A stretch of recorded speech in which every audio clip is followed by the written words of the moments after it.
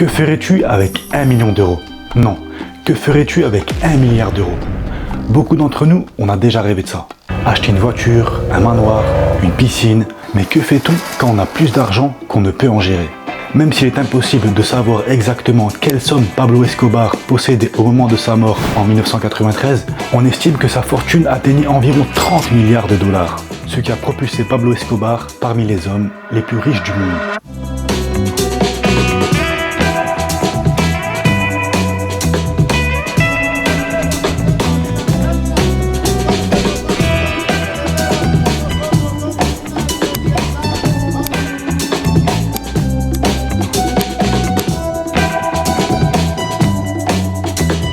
Pablo Escobar est né le 1er décembre 1949 à Rio Negro, une petite ville à côté de Medellín en Colombie. Cependant, il ne grandit pas là-bas, car sa famille s'installe rapidement à Medellín, dans un quartier populaire où il passe toute son enfance et son adolescence. Son père s'appelle Abel de Jesus Escobar, il est agriculteur, et sa mère, Hermida Gaviria, est institutrice. Elle accorde beaucoup d'importance à l'éducation et essaie de lui transmettre des valeurs scolaires. Mais très tôt, Pablo montre un comportement différent.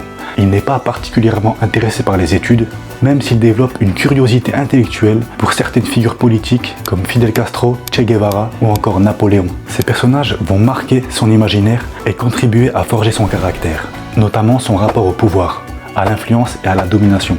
Il se distingue surtout par sa débrouillardise et son obsession pour l'argent. Dès son plus jeune âge, il affirme vouloir être riche, ce qui va orienter toutes ses décisions par la suite. En grandissant à Medellín, dans un environnement marqué par la pauvreté et les inégalités, il commence progressivement à s'éloigner du cadre légal. Il débute par des activités illégales relativement simples, comme la revente de cigarettes ou encore la falsification de diplômes. Très vite, il passe à des activités plus risquées, comme le vol de voitures, ce qui lui permet d'entrer dans des réseaux criminels locaux. À la fin des années 1960, il se rapproche du trafic de drogue, d'abord comme intermédiaire et transporteur, et ensuite, Escobar s'associe à d'autres figures majeures, comme les frères Ochoa. Avec eux, il participe à la mise en place de routes de contrebande vers les États-Unis, notamment par la Floride, et à la structuration de ce qui deviendra le cartel de Medellín.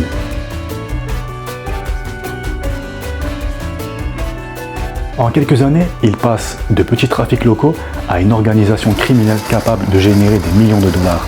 Dans les années 80, son empire explose littéralement. Chaque semaine, des tonnes de cocaïne sont envoyées vers les États-Unis, principalement à Miami.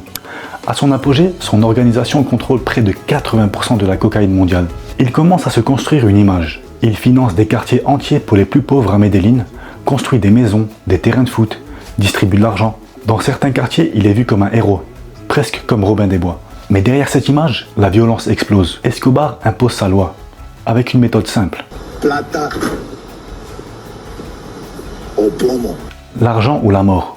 Il fait assassiner des policiers, des juges, des journalistes et même des candidats à la présidence. La Colombie entre dans une période de terreur.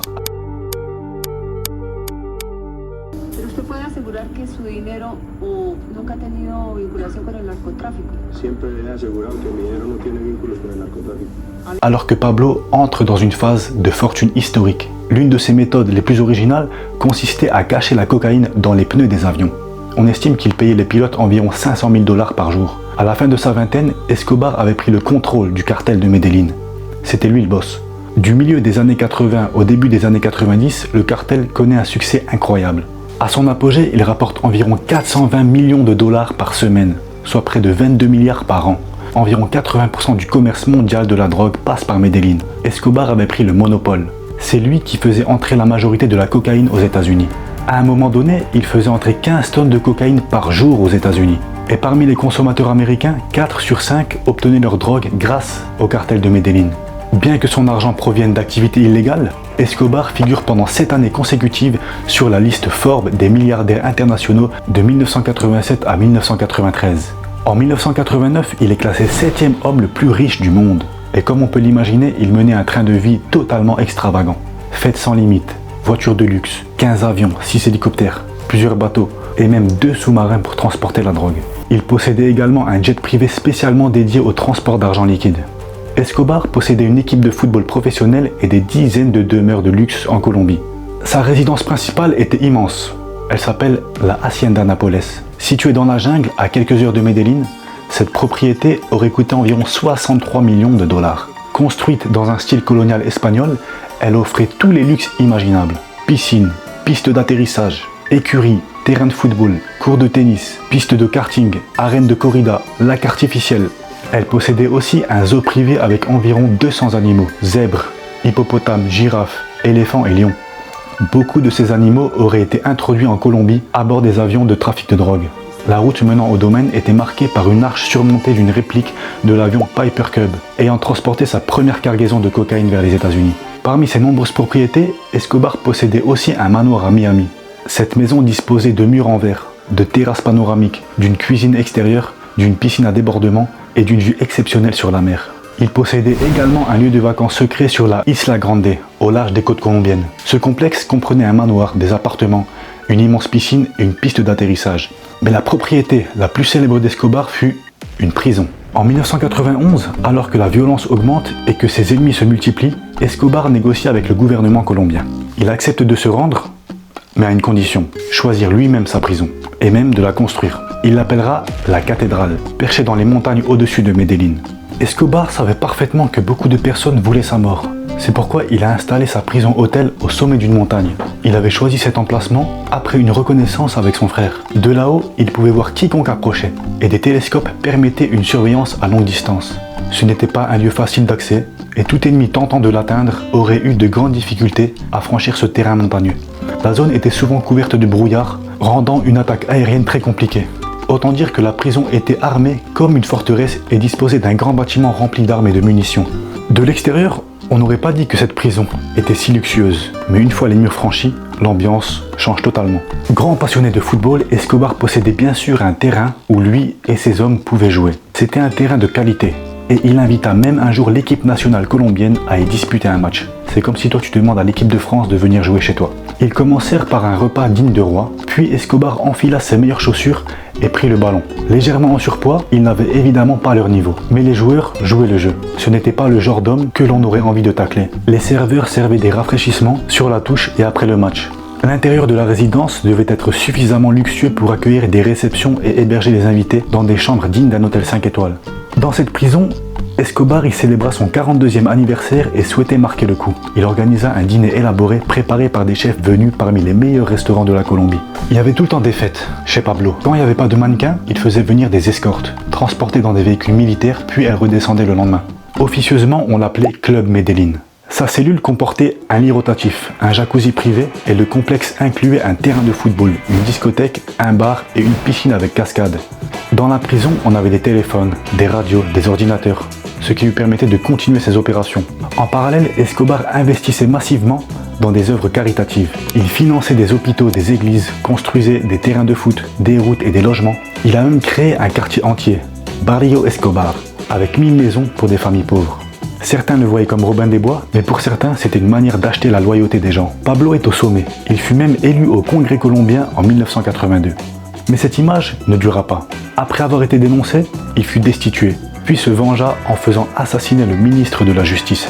Tellement il avait de l'argent, à la fin des années 80, il propose même de rembourser la dette nationale de la Colombie, estimée à 10 milliards de dollars, en échange de ne pas être extradé vers une prison américaine.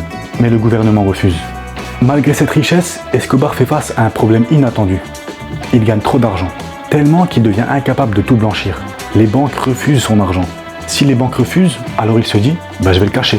Et il va le cacher partout. Mais vraiment partout. Dans des champs, des grottes, des murs. Il dépense environ 2500 $ par mois uniquement en élastique pour attacher ses billets. Mais malgré ça, il perd environ 10% de sa fortune, soit plus de 2 milliards de dollars détruits par les rats, l'humidité et le temps. En 1992, après plusieurs crimes commis depuis la cathédrale, le gouvernement décide de le transférer.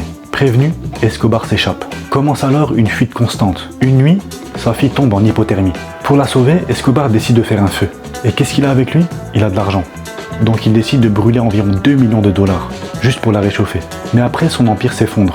Traqué par les autorités et ses ennemis, il finit par être localisé. En décembre 1993, Pablo Escobar est abattu par la police colombienne. Après sa mort, une partie de sa fortune est saisie. Une autre est récupérée par ses ennemis. Sa famille fuit et finit par vivre en Argentine, dans des conditions bien plus modestes. Certaines propriétés sont abandonnées, pillées ou transformées. La Hacienda Nápoles devient un parc touristique. Aujourd'hui, si tu vas à Medellín, tu peux la visiter. Les hippopotames qu'il avait dans sa maison se sont multipliés. Ils vivent encore aujourd'hui dans la région, ce qui crée un problème naturel majeur. La prison La Cathédrale est devenue un lieu religieux. Malgré toutes les recherches, une grande partie de sa fortune reste introuvable. Au fil des années, des cachettes ont été découvertes, contenant des millions de dollars. En 2015, un agriculteur va se balader, et il va tomber sur 600 millions de dollars enterrés dans un champ. Mais beaucoup pensent qu'il reste encore des milliards cachés. Alors qui sait, si un jour tu vas en Colombie et tu te balades dans la jungle, peut-être que tu pourrais tomber sur le jackpot. Si t'as aimé, n'hésite pas à mettre un j'aime, abonne-toi parce que de nouvelles vidéos arrivent. À bientôt.